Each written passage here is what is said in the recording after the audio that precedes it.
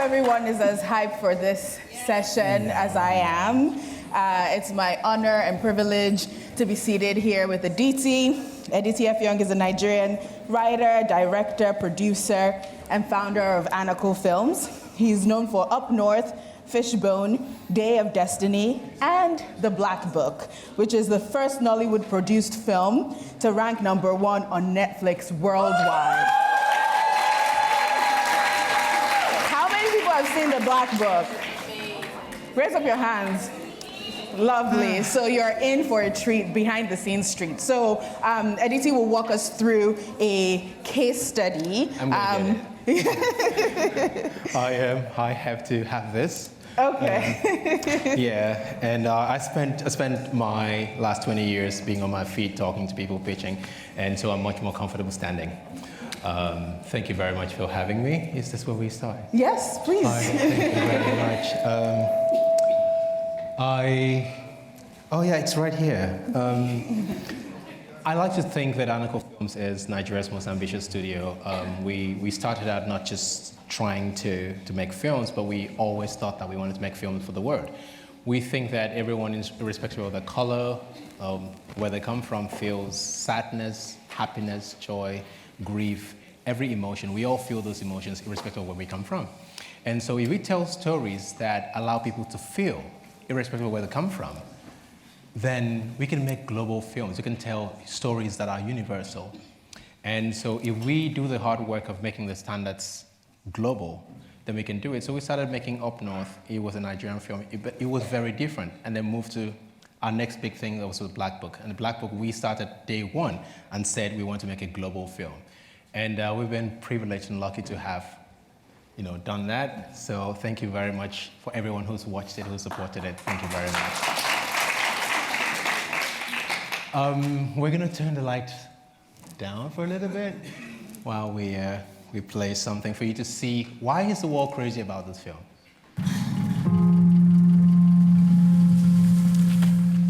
You may never see me again.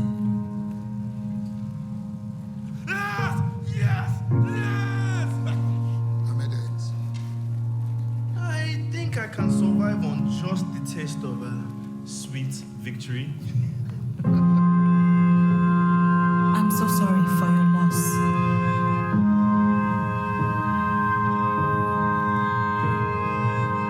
You may never see me again, but I must leave you one last task.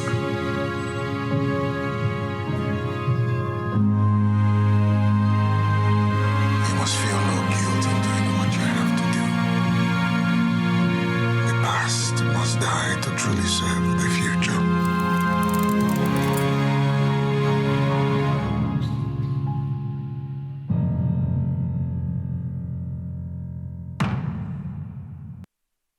I think that at this moment I want to take while the lights come on to thank Pat Nebo, who died just before we released the film.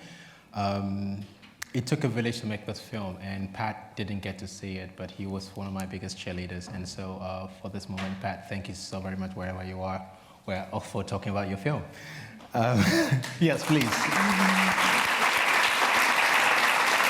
Pat Nebo. And so to the point of making Africa's biggest film ever on this platform, it's the first African film to hit #1 on Netflix on any measure. It's a privilege to do that, but let's think about the numbers. 5 days after release, we were hitting #1 with over 20 million views. It's the first official top 3 of African film on Netflix, top 10 for 3 weeks.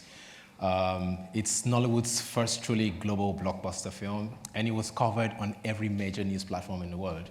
In fact, as the last check, we had over 800 news features on news stations across the world. It's incredible. And most of that work was supported by my friend here, Jessica Hope, and the Wimbledon team. But I think I want to go back and say the most incredible thing about The Black Book was that it was #1 in South Korea for 2 weeks.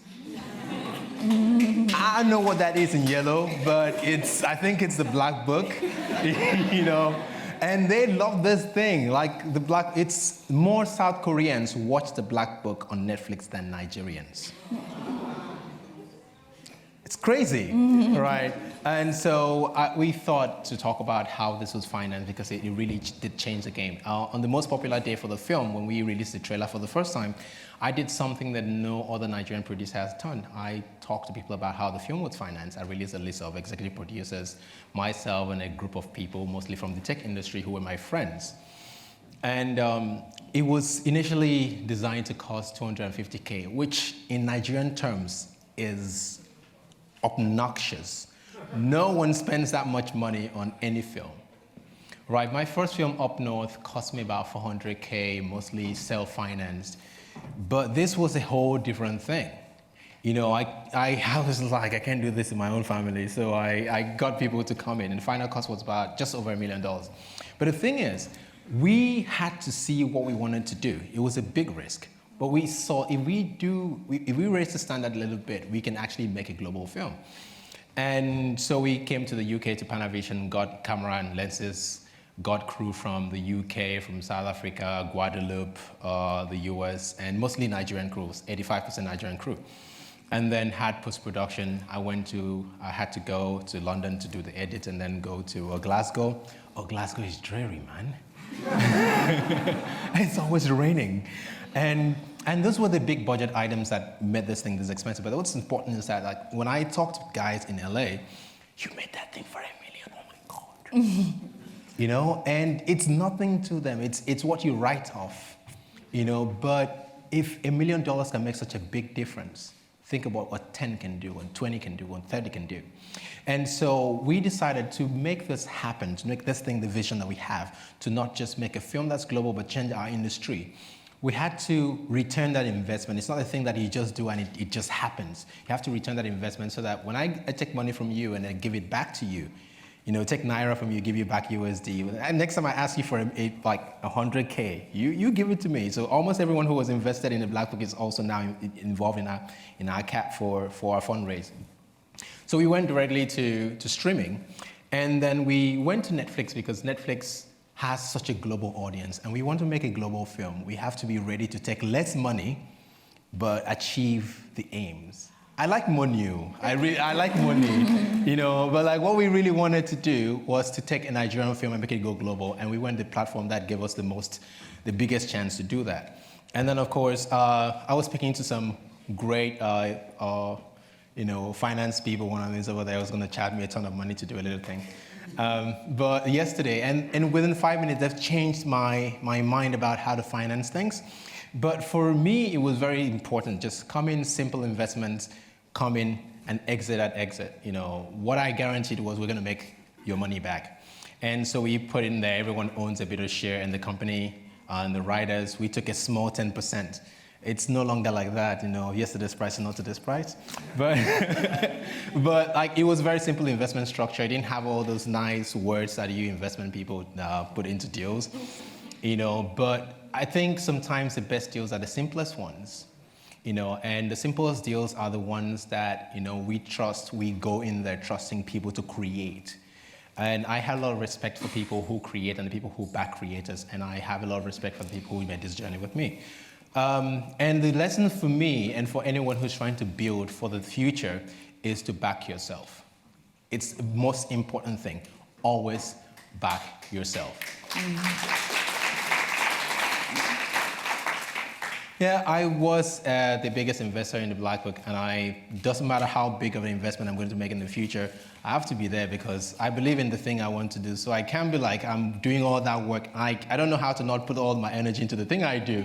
And I put all that work in, and when it's time to count the, you know, the check, you're like, you know, no. So I have to back myself, and please always back yourself. It gives you a voice in the room.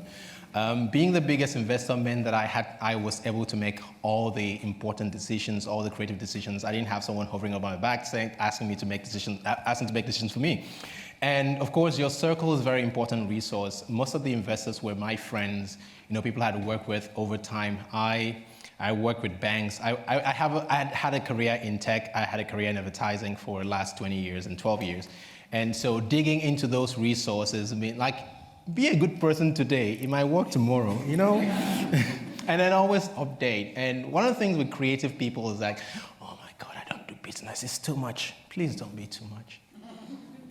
B, I think because we have to understand that it's important to fund creativity.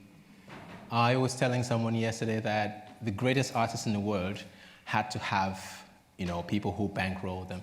As I don't have a sponsor, so I have to have investors. And to have investors, you have to keep them. Now, all the people I work with understand how films are made. And so they understand the business. I don't have to explain to them. And that's very important. She's looking at me funny because time is going. In Africa, our film investments have a more sustainable return profile than tech startup investments. I would know that. I used to work in tech. I still do as well.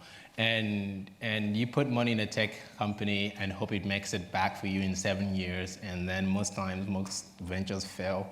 Film investments, at least you get some money back, but I have a simple motto: always be profitable. That's me, always profitable. So I've never lost money, thank God. So I don't plan to, please, my family. I wasn't born rich. I built everything I've had, so I've got to pay school fees. And I think for us, the reason we succeeded, we had real clear vision of what we wanted to do. We wanted to make a film for the world, and it informed everything we did. It informed how we raised money, informed how we, the kind of equipment we used. And we had a team of grade A players. We had the best people in the industry. Raise the money so you can hire the best people. Now, I say here the best people can afford because now I went, a project I'm working on, the guy I'm working with, I was just like, he's really good. I could never believe I'd be working with this guy, but we bought that credibility to now work with the best because we used the little we had to make the best that we could. And so always put everything you can to make the best you can in whatever you do. And then, of course, there's a commitment and focus. God. In 2020, there was a big thing in Nigeria, NSARS. I was involved in that. I was also involved in going to the courts every day to record. And most people who read about NSARS read it from my... And here's the fun thing about that. I was also at the same time requesting for permission from the military, from the police, from the secret police in Nigeria, from the government, the state government in Kaduna to permit for me to make this film, to give me access to things. It's got military, and Nigeria still has a legacy of military rule. And there was a huge risk that I wouldn't get the approval I needed. But it's important to follow your conviction and do the things that you believe in. If I didn't make this film, I would have been sad.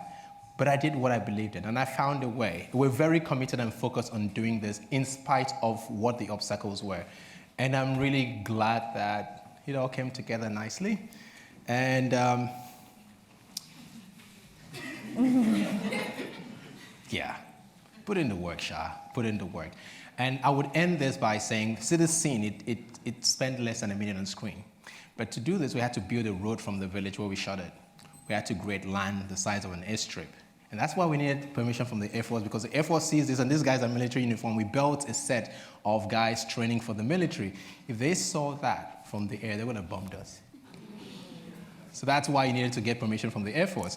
And then you did that, you interfaced with the village chiefs, the army, the police, secret police, Air Force, and we hired an army of hunters because this was one of the most volatile places in Nigeria. But it had to be done, it had to look right. But why is it important to do that? Because when I build the set, if the set is correct, if the production design is correct, everything that happens in there, you believe it. And hire more women, please.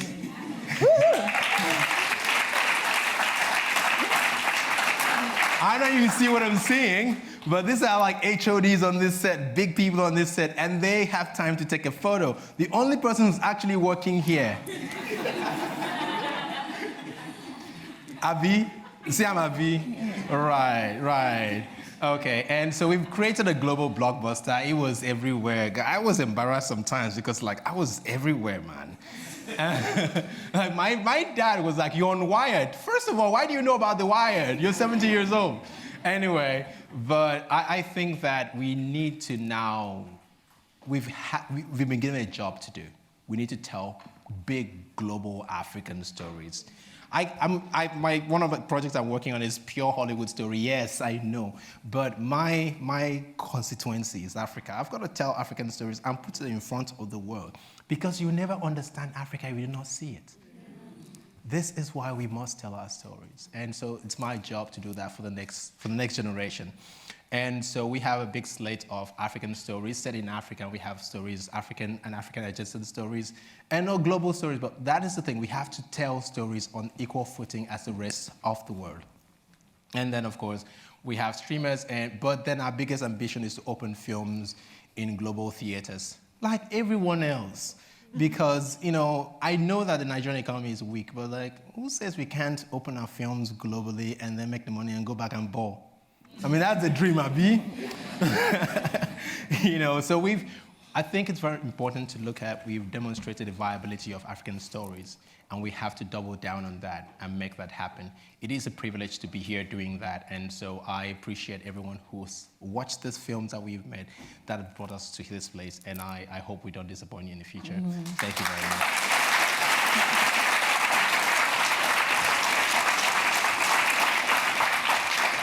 I would say that the last thing is that we've got this really nice team. Most important people there would be Mimi Bartels, who's my co-founder and creative head, and Ashley, who actually joined me at Anacle 9 years ago as an intern. Is now my GM, the guy who tells me what to do. And so I'm backed by this guy, this really good-looking man here is the chairman of my company. He was the star of the Black Book. And Jesus Christ, this guy, like all of your moms crushed on. Even we. I hate him. But I have this great team of people who are working with us to make this happen. And again, thank you so much for your support. Look at me, I'm represented by the world's biggest creative agency, CAA, and Zero Gravity. To understand, Zero Gravity made Ozark, and they find me like a big guy enough to back Jesus Christ. We're good, we're doing good. So thank you very much, thank you.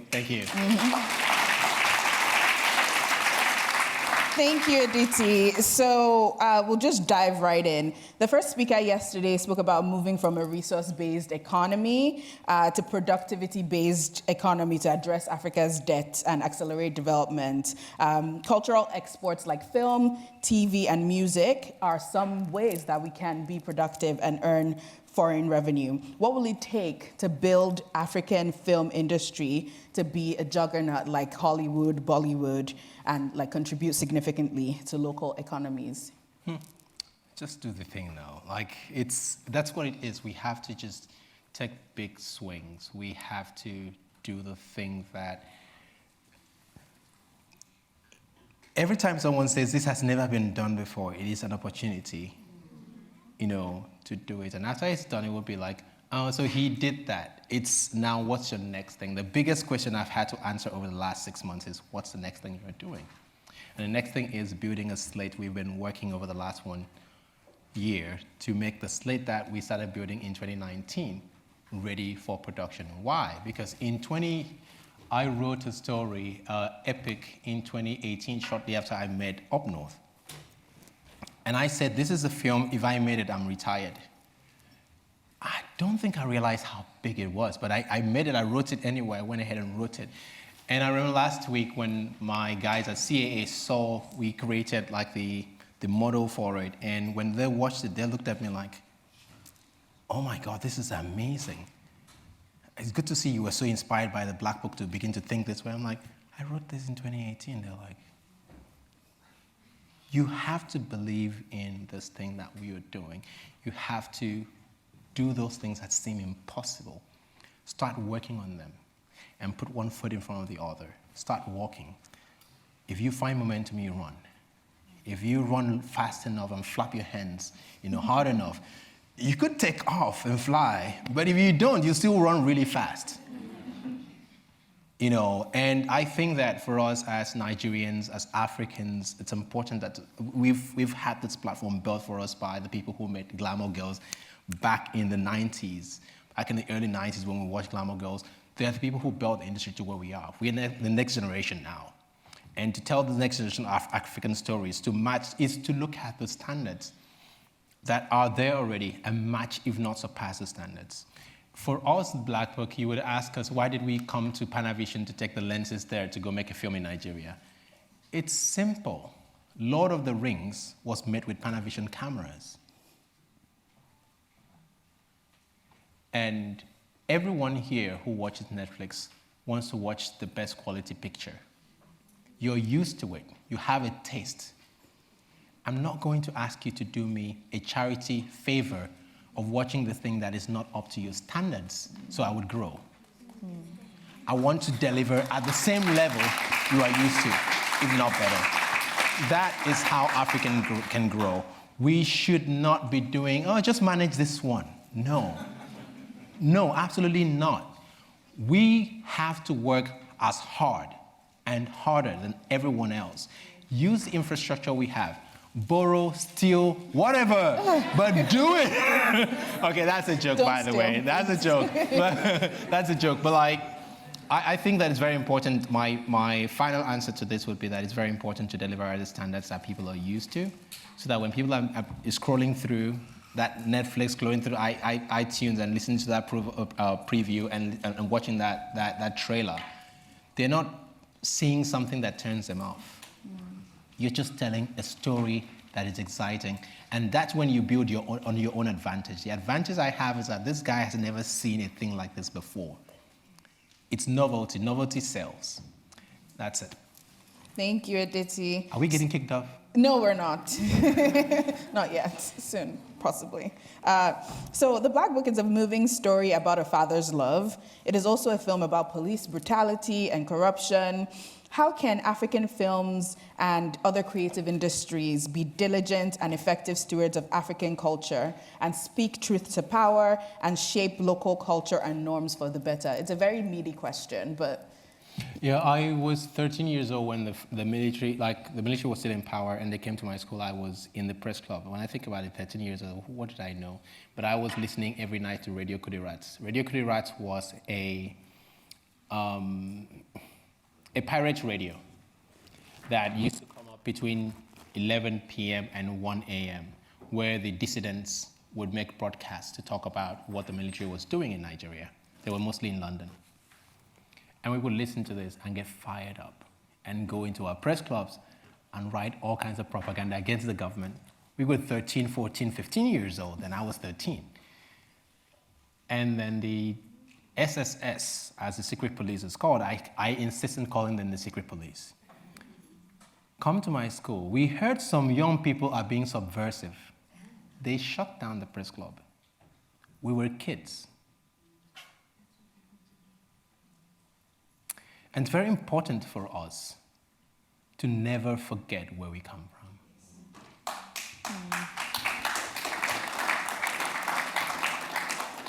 And if we do not stand for these truths that are so evident, if we do not support young people who are protesting against police brutality, if we do not put our necks on the line to support this, it keeps happening and will always happen. And see, you can lose everything, all the comforts that you have. If you think you can't, 5 years ago, Nigeria was high and flying. We had cinemas popping up every other day. And now all of that growth has slowed because the economy has shrunken because, again, the politics just elects bad people. You can lose everything. So when you're trying to protect your wealth and privilege and where you are, your situation, your standing, and hiding in Oxford, I'm serious. We have to speak, not because it's convenient, but because it's necessary. If you don't speak today, when it's necessary today, you will need to speak, or you need someone to speak for you, and there will be no one. Building on that, how do you navigate stereotypes in your creative outputs? Like, again, I've said it's about father's love, police brutality. How do you balance kind of like showing the truth, but also the whole truth, including the positive and the negative in your... We have a responsibility to build the world, to paint the world in the way we want to see it. But we also have, it's equally important to see where we are. To get to that world we're trying to paint, we have to see the world as it is. It's very deliberate to show a father, an African father, who's making eggs for his son in the morning. Because that is the world as it should be. It is also very deliberate to ensure that in the Black Book, the Nigerian government was 95 to 98% populated by men under the military. And if you do not know, when they were writing a new constitution, they asked this military guy, can we put 5% positions in this new democracy reserved for women. And he said that would be reverse, what's that word? When you make allowance for genders, other genders, gender balance. Affirmative action, oh my God. See, I'm among smart people, I couldn't be lost. And he said it's reverse affirmative action, and they didn't do it. Now, it's important to remember that 99% of positions at every level of government in Nigeria was dominated by men, but they thought that 5% was a reverse affirmative action, and they would not do it. And so when people in Nigeria say, oh, feminists are so angry, I usually say they're not angry enough. Mm-mm. And say, oh, you're talking about all women, and it was like, over the history of Nigeria, yes, Guy, you're smiling, yeah, it's true.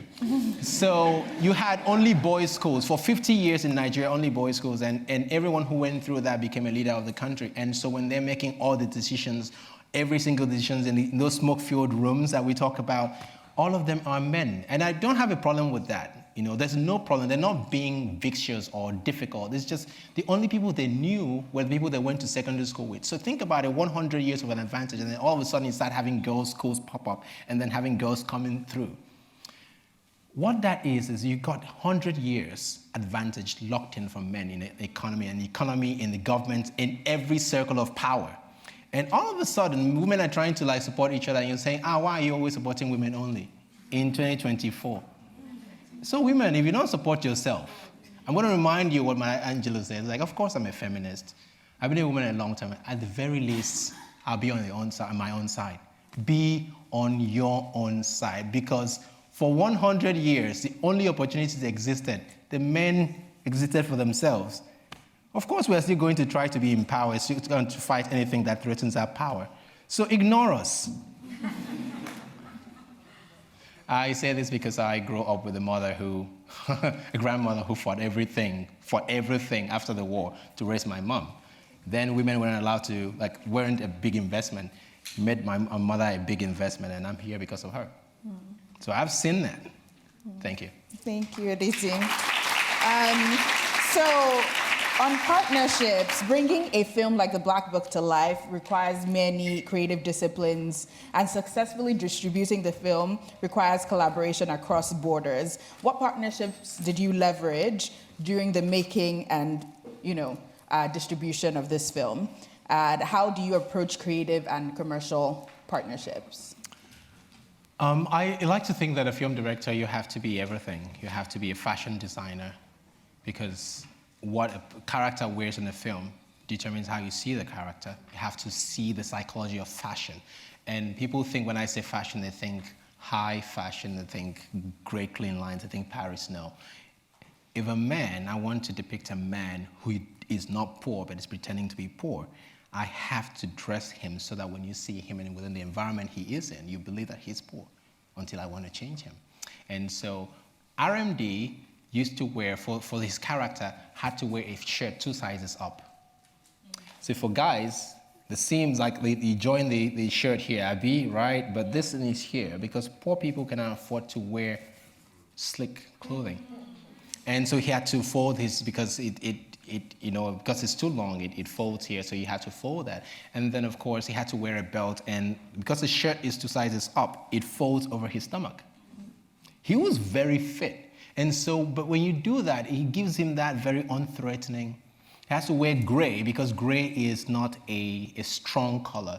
When a person wears gray in a gray room, you don't take them seriously because they blend with the environment. You have to be that. You have to be a photographer to understand angles. When I shoot from down, it makes a person more powerful. When I shoot up, it makes a person small. You have to understand all of that. So there is that one. And then there's also partnerships. I'm not a big networker. I'm most likely to be found in the back of a room.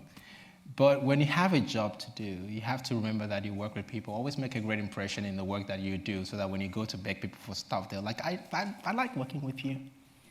And so there's that. So that my approach to partnerships is very simple. Do the absolute best I can in the relationship I currently have. If I ever have to need those relationships in the future, it makes it easy. And so for for a visionary approach to things, you have to be so many different things. You have to raise money, you have to be a producer, you have to connect with different things to make things work. And then, of course, when you are done, okay, you need to go to XYZ platforms. I started talking to Netflix about the Black Book in 2019. I don't think anybody could visualize what I was trying to do at that time. And so it's possible they didn't believe in me. And I kept pumping about this thing I'm about to do. And so the day I shared the trailer with them, excuse my French, dear people, they're like, oh shit. And that is the thing.